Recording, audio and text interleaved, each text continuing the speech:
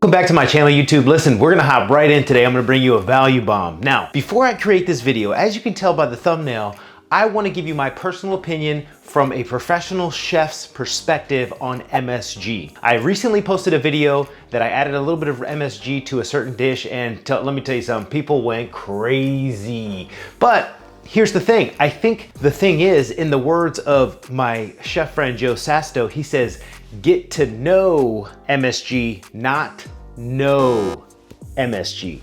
So I think that's really important. So it's my job as a chef to kind of elaborate and kind of say how I use it and my perspective on monosodium glutamate. Okay, now listen, disclaimer, I am not a scientist, okay? I'm not a doctor, I am a chef. That is what I do. Do not take this advice as medical advice or anything else. You do what you want with your life, but I think the summary of this video is gonna be you make the decision on whether you like it or not. Now, if you're new here, my name is Brandon. I'm a chef here in Silicon Valley and I create YouTube videos on the weekly basis. So make sure you hit that subscribe button. Make sure you hit those post notifications so you never miss a video. And let's jump right into it. MSG, let's talk about it. So MSG, monosodium glutamate. Here's the thing, in all the restaurants I've worked in, we've never used it. There's only 2 restaurants that I've worked in that we used it for a certain sauce, right? And I think what's really important is take in consideration, there is such a bad connotation with MSG, and it's derived from Chinese restaurants, right?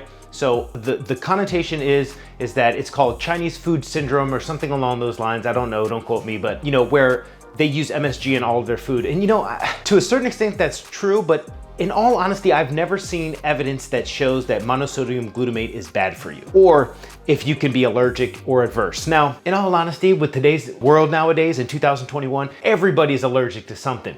Salt, dairy, gluten, bread, paper, like you name it, there's an allergy for it. So it's very user specific when it comes down to that, and I don't dabble in that. A lot of restaurants, what they're doing is they're disclosing no MSG on their menu. And honestly, I think that's kind of wrong. When I think of MSG, what I think of is the glutamic acid that is derived in natural foods. So for something that I'm looking to be savory, I always use the natural source first. Good example is tomatoes have natural MSG.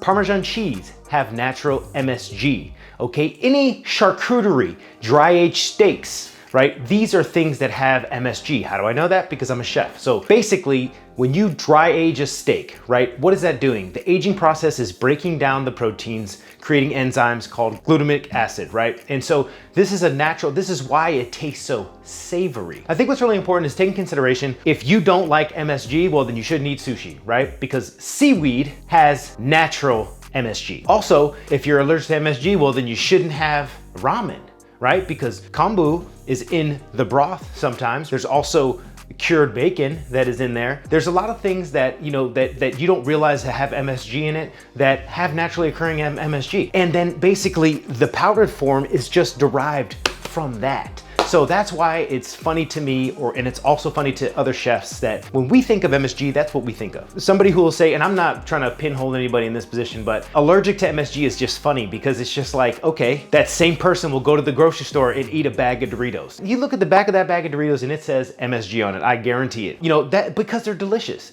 MSG actually tricks your brain into saying that it's yummy and you want more. And honestly, there's nothing wrong with that. But I'm not gonna say that I just sprinkle MSG in every single dish because I want it to be more flavorful. No, that is not the way you use it. Let me give you a prime example on how I would use it as a chef. A good example is I made a tomato foam the other day, a tomato out of the ISI canister, okay? Posted it on my TikTok, make sure you go follow me over there, all right? But basically, the finished product, I realized I added salt, I added sugar, okay? And they were acidic enough, but as a chef, I realized that, okay, this needs a little bit more savory aspect. So I literally added a pinch of MSG, and for me, it's optional, but I know as a chef that that is gonna level up that MSG naturally in that tomato. Right now, am I adding 2 tablespoons to a half a cup? No, a pinch, just to bring it to that next level. Okay, another application for MSG, if you're gonna be making a sauce, what I like to do is I like to use natural MSG first. A good example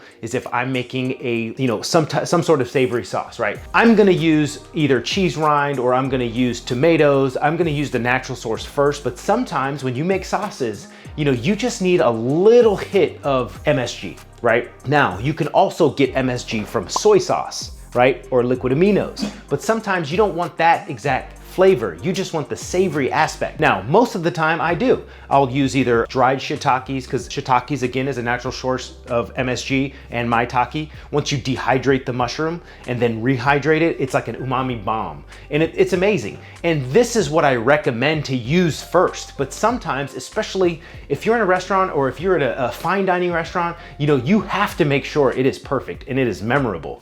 Now, am I saying to use MSG for your whole menu? No, not at all.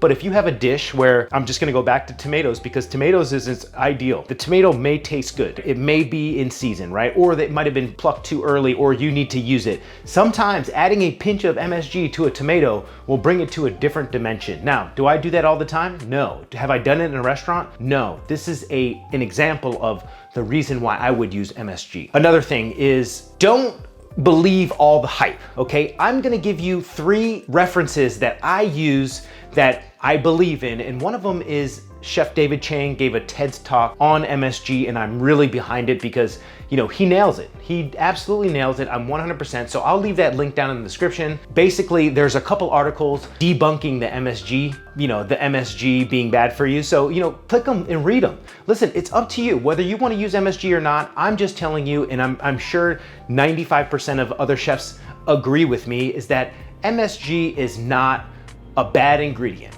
Now, do we use it in everything? No. Have I used it in some things? Yes. But just keep in mind, the natural sources first, and then you default to the secret MSG, right? Now, unfortunately, in Asian cooking, this goes very well with a lot of things, but there are plenty of ways to get to that end result, and that is completely up to you. So take this video with a grain of salt and make sure you make the decision. I would highly suggest going to your local Asian market or Amazon. You can buy Ajinomoto MSG and play around with it a little bit. Season a couple things with it. Sometimes the way I taste in a restaurant is I will literally have water, 2 cups of water, 1 plain, and then 1 I will add whatever I'm adding, right? So my palate is cleansed. In my eyes, when I did the taste of MSG, what I believe in, and I truly believe this, is that this actually bridges that salty, and like if you were to put salt and pepper on 2 sides, salt and pepper. Now, salt and pepper together, you would definitely be able to taste the difference. Oh, this is salty, this is pepper.